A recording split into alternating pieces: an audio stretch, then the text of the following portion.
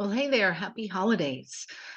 Sometimes people might look at my life and think everything's perfect and everything's always been that way. And we all know that nothing is ever perfect and that certainly the life of an entrepreneur is a roller coaster. And sometimes I forget to share some of the downs as I share the ups. And we don't always like to look at the down parts again, but there's valuable lessons for us all.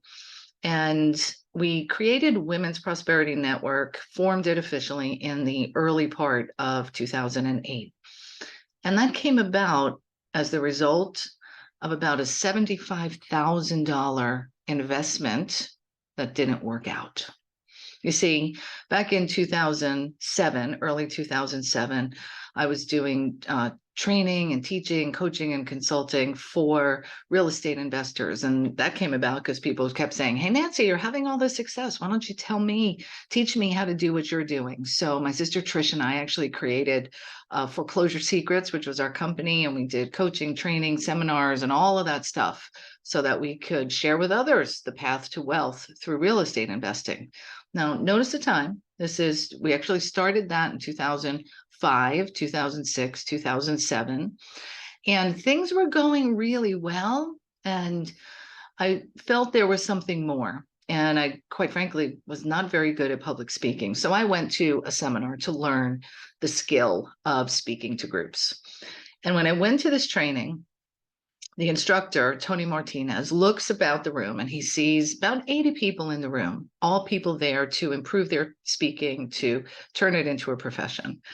And Tony looks around the room, sees 80 people there and says, "Wait a second, how come there's not more women here? We need more women leaders, and we need more women leaders who are women acting like women, not acting like men."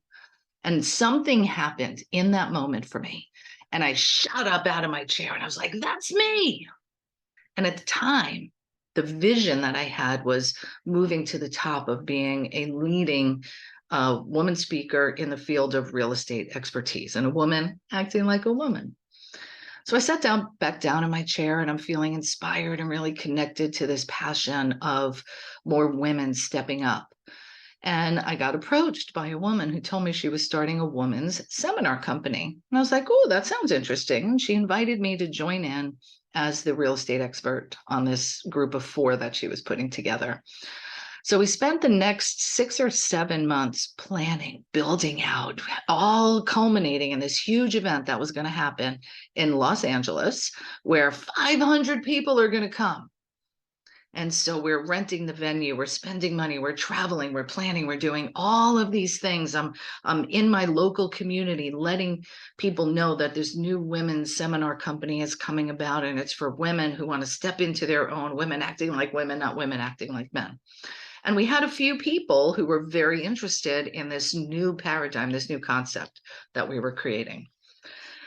So fast forward November of 2007, and we're hosting this huge event in California.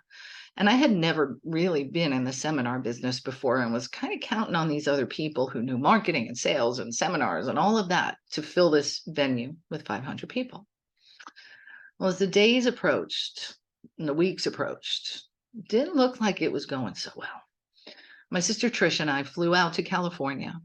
Huge, huge ballroom, which costs a lot of money. And it ended up there were 50 people at the event, 30 of which were speakers and invited guests. So, needless to say, I felt deflated, defeated, and not sure how I was going to move forward or what I was going to do. I had, over that past 6 months, sold my title company. I handed over all my clients to another title company, and I was going in this new direction that promised to make me millions of dollars.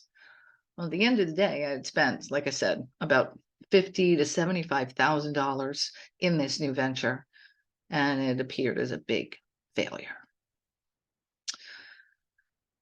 I flew back from California to Florida on the red eye, and as I sat on the plane, feeling dejected, feeling not good, feeling not knowing what I was going to do next. I had just spent all this money, and my title company, the business I had, wasn't there. What was I going to do?